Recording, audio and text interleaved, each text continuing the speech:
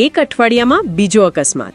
ક્વોન્ટ રેંધા road પર ફરી માલ ભરેલી ગાડી પલટી, તંત્રની બેદરકારીનો વધુ એક ભોગ.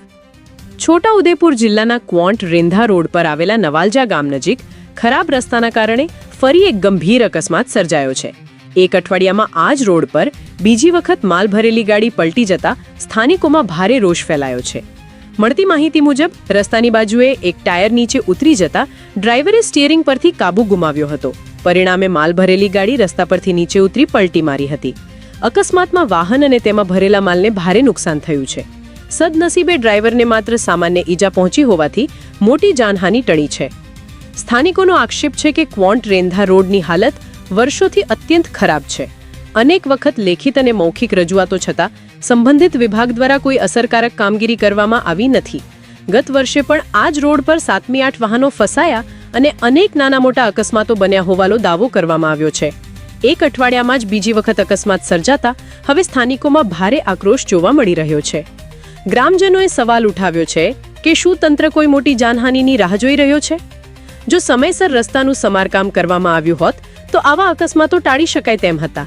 સ્થાનિકોએ તાત્કાલિક રસ્તાનું સમારકામ કરાવવા, જવાબદાર અધિકારીઓ સામે કાર્યવાહી કરવા અને ભવિષ્યમાં વધુ અકસ્માતો ન બને તે માટે કાયમી ઉકેલ લાવવાની માંગ કરી છે. છોટાઉદેપુર જિલ્લો, કવાંટ તાલુકો અને નવાલજા ગામ બરાબર જે તે સમયે 5, 6, 7 વર્ષની રોડની બેદરકારી માટે લોકો બધા ગામના પરિજનો રાજ્ય માર્ગનો રોડ રસ્તો છે એમાં તકલીફ પડી રહી છે.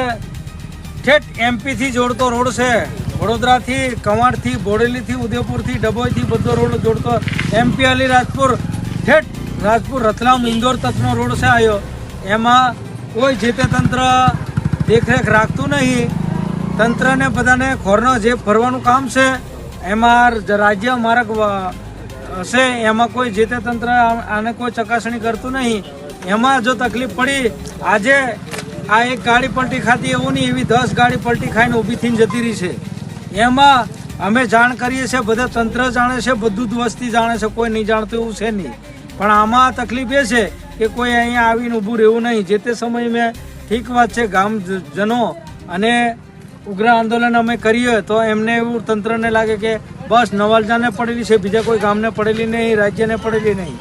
પણ જે તે જયંતિ સાહેબ છે, કોઈ બી એવા તંત્રને આગેવાન લઈને બહેલા છે તો તમે આ રોડનું રાજ્ય માર્ગના વિભાગમાં છે રોડ, તો તમે રોડનું તંત્રનું કામ શરૂ કરાવો તાત્કાલિક. કાં તો તમારો ટેન્ડર ભરાઈ ગયો હોય, ગમે તે સર્વે તમારું ચાલુ હોય, અમને કોઈ વાંધો નહીં, ખાડા ફળાવો, રોડના રસ્તાના સાડું કમ્પ્લીટ કરાવો અને રોડ મારા ગામડે ચોમાસું પૂરતું ચાલે એવું રોડ ક્લિયર કરાવો. એ અમારી બાંહેધરી આલીએ છે. જો આ વસ્તુ નહીં થાય તો દિવાળી આવતા તમારું ટેન્ડર હોય કે ના હોય, દિવાળી પહેલાં અમે ઉગ્ર આંદોલન કરી નવાલજાથી કવાંટથી નવાલજા સુધીનો રોડ બિલકુલ નહીં બનવા દઈએ. આગળ તમે જે રાજ્યને લાવો, ભૂપેન્દ્ર પટેલને લાવો, મોદીને લાવો, ભણાવવા આવે તો મેં બહિર્યો. પ્રકાશ રાઠવા, શંકરભાઈ, નવાલજા. રસિકભાઈ, તમારે કંઈ કહેવું છે? આપણે જે છોટાઉદેપુર જિલ્લાની અંદર જે કવાંટ તાલુકાની અંદર આપણે ગામ નવાલજા આવેલું છે એમાં જોડતો માર્ગ એમપીથી કવાંટ સુધીનો આવતો માર્ગ પર વારાઘડીએ અકસ્માતો થાય છે. આજે આવી મોટી ગાડી, ડમ્પર ગાડી એક અને 2 અઠવાડિયાની અંદર 1-2 બનાવ બની ગયા છે. વારાઘડીએ સરકાર તંત્રને બી કહેવા છતાં બી કંઈ આનું નિરાકરણ લાવતા નથી. ખાલી ખાડા પૂરી નાહી જાય છે, પણ લોકોને અવર જવર માટે બહુ તકલીફ પડે છે. તો સરકારશ્રીને અમારી નમ્ર વિનંતી છે કે આ રોડનું સમારકામ કે વહેલી તકે ચાલુ કરાવે અને આ જે જાનહાનિ થાય છે એનો બચાવ કરે, એવું મારું કહેવું છે. હું તાલુકા પ્રમુખ ચેરમેન શ્રી